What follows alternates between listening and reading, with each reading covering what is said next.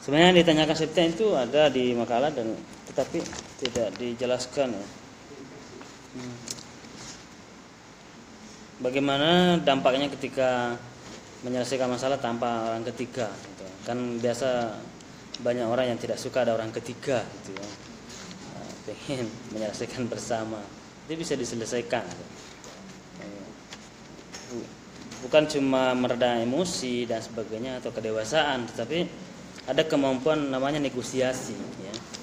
Kalau misalnya membaca buku tentang negosiasi itu bertujuan menyelesaikan permasalahan apapun itu tanpa melibatkan orang ketiga. Itu namanya negosiasi ya. Kita bernegosiasi. Nah, kalau sudah ada orang ketiga itu sudah masuk ke mediasi, arbitrase dan sebagainya, itu sudah lain lagi pembicaraannya gitu ya. Artinya dalam satu organisasi, lembaga, kelompok dia membutuhkan orang luar untuk diselesaikan persoalannya. Tentu banyak hal yang mesti disiapkan. Pertama adalah waktu, dana gitu ya, dana yang cukup banyak untuk menyewa itu. Kemudian berpotensi ada ketidakpuasan juga di ujung-ujungnya. Nah, konflik-konflik yang seperti ini sering terjadi di negeri kita, terutama di era reformasi. Ketika keran-keran demokrasi dibuka, seperti tadi penanya pertama bahwa mengapa harus diselesaikan secara demokratis. Di masa-masa sebelumnya seperti Orde Lama, Orde Baru ya, itu jarang terjadi masalah-masalah mengenai perekonomian, terutama di wilayah perusahaan dan para pekerja itu. Tapi nanti masuk ke reformasi, karena semua orang bebas bersuara, itu makin banyak orang melakukan kritikan.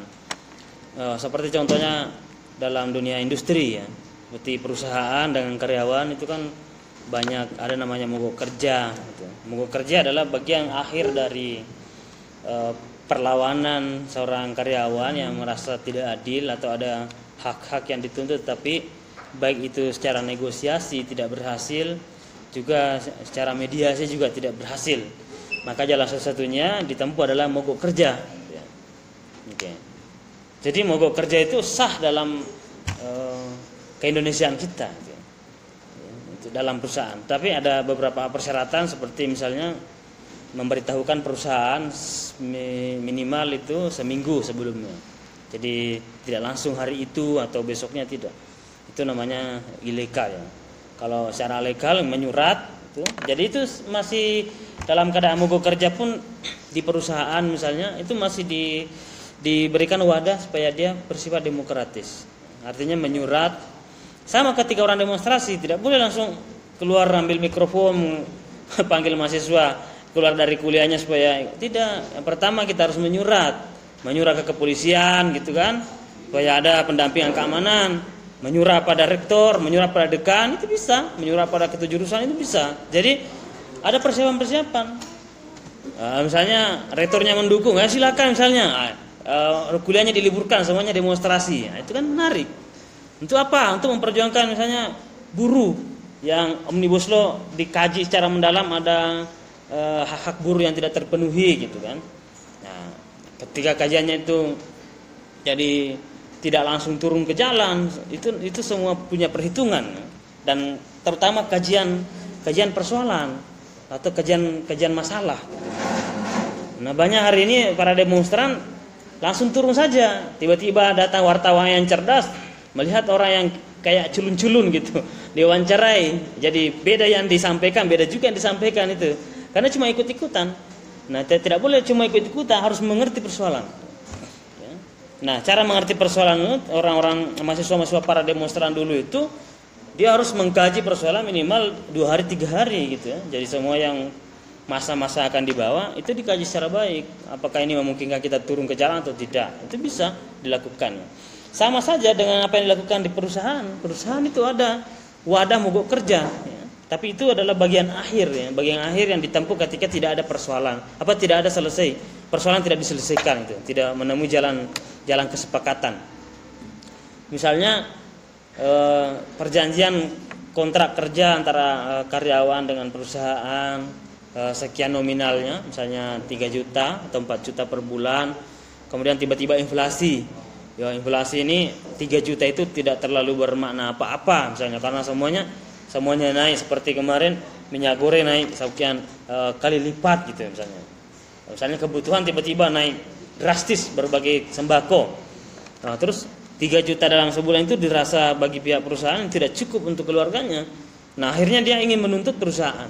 Nah, perusahaan di sisi lain merasa rugi juga ketika tuntutan karyawan itu dilaksanakan, sebab otomatis kan banyak juga ya di perusahaan itu pengeluarannya yang berlipat-lipat ketika itu. Nah, terjadilah persoalan konflik, masalah dari perusahaan tidak ketemu dengan masalah dari karyawan.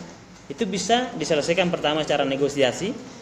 Ada perwakilan dari kelompok buruh, ya, baik yang itu bergabung sebagai anggota serikat buruh maupun tidak. Tetapi dalam sejarah keindonesiaan kita, persoalan buruh itu selalu mendapat selalu mendapat korban yang begitu banyak di negeri kita. Kita mengenal aktivis perempuan yang sangat hebat itu Marsina, ya. Dia meninggal secara misterius. Dia sangat membantu dan dia selalu mengepalai perlawanan kaum buruh. Yang pertama, dia melakukan perlawanan bagi perempuan yang melakukan yang diberikan menerima pelecehan seksual. Kemudian perempuan waktu itu tidak bisa bersuara, ya. Perempuan dianggap kelas 2, dia tidak punya peran apa-apa gitu. Itu kan ingin diperjuangkan, ya, supaya perempuan pun harus bersuara gitu. Kemudian cuti bagi karyawan yang hamil, menyusui, itu kan perlu sekali tuh. Di negara-negara maju saja itu sudah ada. Bahkan di luar agama di luar dari negara Islam itu perempuan-perempuan yang berkarir kemudian dia mengandung kemudian sampai melahirkan itu diberi hak cuti gitu. Tapi justru di negara-negara muslim itu tidak diberi hak cuti. Artinya hak asasi manusia kita masih kurang sekali, kurang diapresiasi. Di Indonesia juga begitu. Ya, di Indonesia banyak sekali kecelakaan proses kelahiran karena masih harus terus bekerja sampai menjelang lahir gitu, melahirkan. Gitu. Nah, itu semua yang diperjuangkan kaum buruh, ya, adanya. Jadi tetap jalan gajinya itu meskipun dia tidak masuk. Ya, itu namanya perjuangan, ya. Kalau tidak diperjuangkan oleh kaum buruh seperti juga Munir, ya.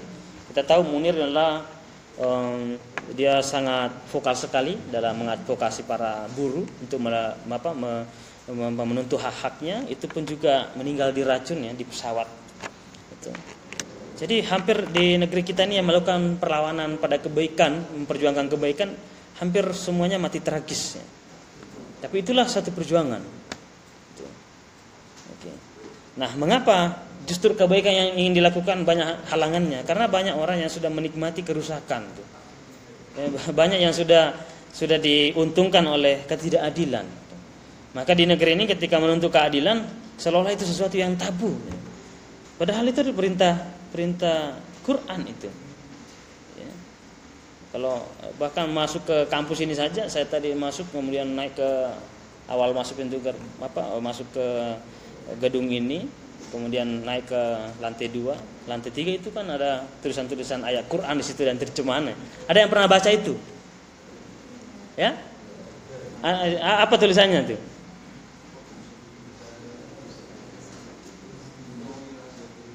Ya, udah sabili rabbika bil hikmah. Apa? Ada lagi satu, beda lagi itu satunya.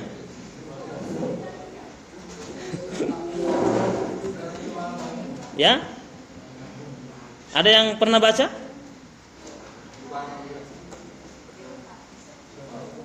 Kan ada 2 tulisan itu, lantai 2, lantai 3 itu kan beda redaksinya.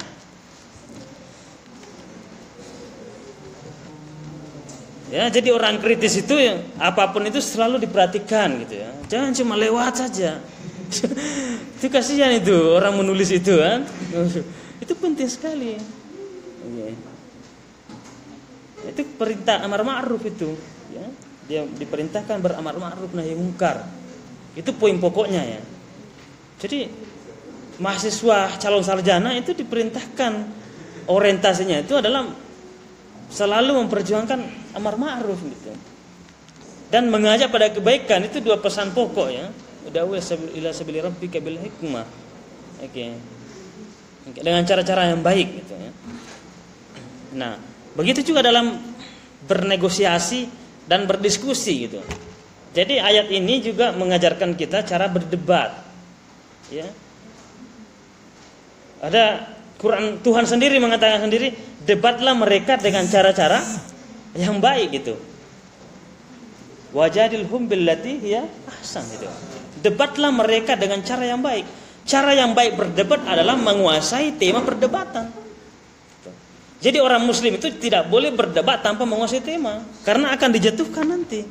Itu namanya bil hikmah dan disebut sebagai cara berdebat yang baik gitu. Jadi orang berdiskusi itu pasti punya bekal dulu. Gitu. Karena kalau tidak punya bekal dipermalukan di tengah diskusi, ya gitu. Jadi tidak semudah itu. Jadi konsep untuk berdebat, berdiskusi dalam Quran itu sendiri, kita harus mempunyai penguasaan, disebut sebagai wajadilhum billati hiya ahsan gitu. Debatlah mereka dengan cara-cara yang baik. Nah, itu yang disebut cara yang baik. Ya, jangan ada istilah dulu waktu Bapak kuliah di Makassar, cocologi. Cocologi itu ilmu yang mencocok-cocokkan itu ya. Asal bunyi saja dan mencocok-cocokkan aja disebut sebagai ilmu cocologi ya. Dan itu teori itu, satu teori yang dikembangkan aktivis-aktivis di sana ya. Terutama aktivis-aktivis kelas itu. Jadi ketahuan itu nanti siapa sih yang memang membaca, siapa yang tidak itu. Siapa yang cuma vokal tapi sebenarnya tidak menguasai konsep ya. Dan kita bersyukur di kelas ini penanya itu punya konsep dan punya pemahaman, minimal ada pemahaman tentang tema yang kita diskusikan ya. Karena itu sejalan ya. Dan itu menuntun para pemakalah supaya dia pada jalur tema yang mesti didiskusikan gitu ya. Okay. Itu sebenarnya dalam Quran itu ada ya, tentang bagaimana menyelesaikan persoalan dengan cara-cara yang baik. Nah, itu demokratis dan Nabi juga sangat demokratis dalam menyelesaikan masalah gitu ya. Ya, mengapa kita tidak menjadikan Nabi sebagai contoh dalam menyelesaikan masalah seperti misalnya peperangan yang selalu terjadi antara suku-suku di bangsa Arab itu kan. Nah, pertanyaan pertama tadi juga mengapa harus ada resolusi? Kalau tidak ada resolusi, yang pertama menguras energi. Bayangkan di Timur Tengah itu kaya dengan minyak ya. Minyaknya luar biasa, yang tidak dimiliki itu adalah rahmat Tuhan yang paling luar biasa. Tetapi tidak ada negara Timur Tengah yang menjadi negara maju seperti di Amerika, seperti di Jerman misalnya. Mengapa? Karena hampir semua waktunya itu habis terkuras untuk konflik sesama muslim gitu. Konflik sesama anggota komunitas. Maka yang hasil minyak itu habis untuk beli senjata. Nah, beda kan negara-negara yang maju. Negara-negara maju itu habis waktunya untuk membeli persenjataan teknologi gitu, mengembangkan teknologi, informasi, pengembangan, rekayasa teknologi nano, teknologi macam-macam. Ya, itu bedanya. Ya, mereka di sana kurang konflik sehingga banyak sekali waktunya untuk melahirkan karya-karya baru. Tapi kalau misalnya di Indonesia ini setiap hari konflik, kita nggak bisa produktif. Ya, kita nggak bisa jadi menulis itu. Ya, baru memulai kata pengantar itu sudah ada bom meledak misalnya. Itu kan susah kita untuk. Nah, di Timur Tengah bayangkan setiap hari begitu. Palestina gimana? Saudara muslim kita di Palestina setiap hari itu. Ya, setiap hari berkali-kali hantaman-hantaman bom itu ada. Anda bayangkan seperti itu Anda duduk di kelas ini untuk tiba-tiba mau menimba ilmu.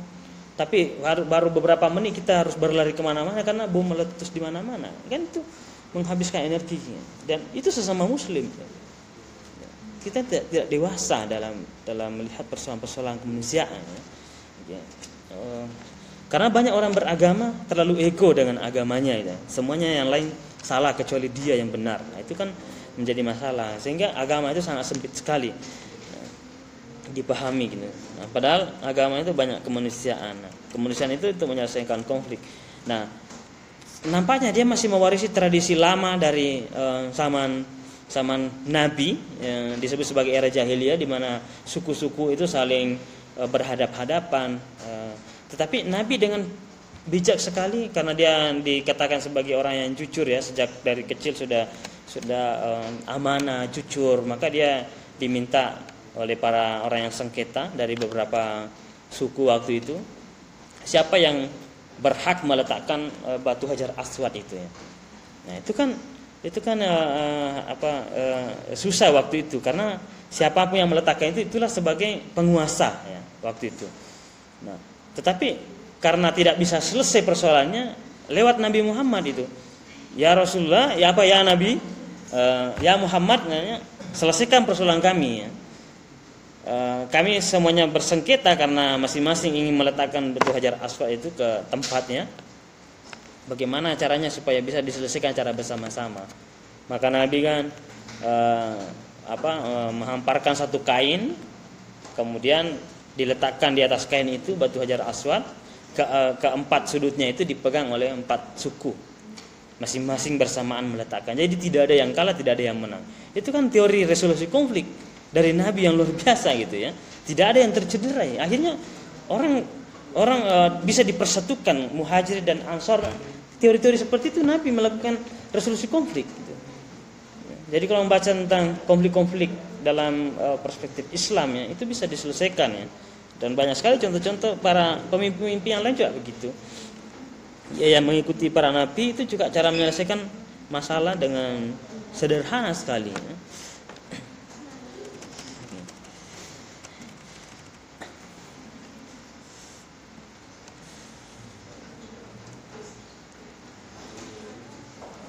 Nah, inisiatif dari jadi mediator ya. Jadi mediator harus adil memang ya, harus adil. Dan biasanya itu ditunjuk memang oleh satu komunitas untuk menjadi mediator.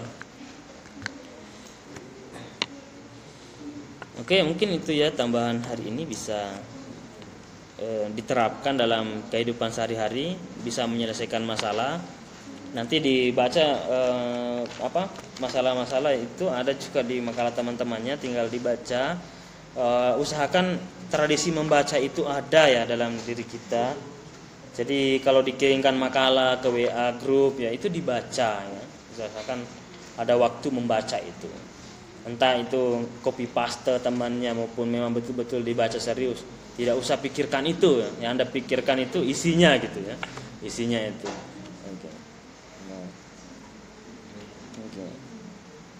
Anda melewati apapun Anda amati ya. Amati ada tulisan-tulisan, karena setiap tulisan itu pasti ada pesannya gitu ya. Ya tulisan-tulisan seperti itu Bapak teringat waktu ya masa-masa kuliah dulu aja ya waktu S1. Semua dinding-dinding setiap lantai 1 sampai lantai 4 itu pasti tulisan saya sama teman-teman saya itu ya. Karena banyak agenda-agenda di dalamnya ya. Pertama kita mencoba mengaktifkan mahasiswa supaya banyak berbicara, banyak berdiskusi, banyak membaca. Juga sekaligus kepentingan politik untuk sampai ke jadi ketua Semadema ya. Meskipun perjuangan politik waktu itu cuma sampai wakil ketua SEMA, wakil ketua Dema ya terakhir, tetapi itu saya menikmati proses itu, dan banyak sekali masalah-masalah di dalamnya harus diselesaikan itu. Nah, jadi teruslah menulis, teruslah membaca dan berpikir dan menyelesaikan persoalan-persoalan, terutama persoalan pribadi ya, itu bisa diselesaikan secara bijak.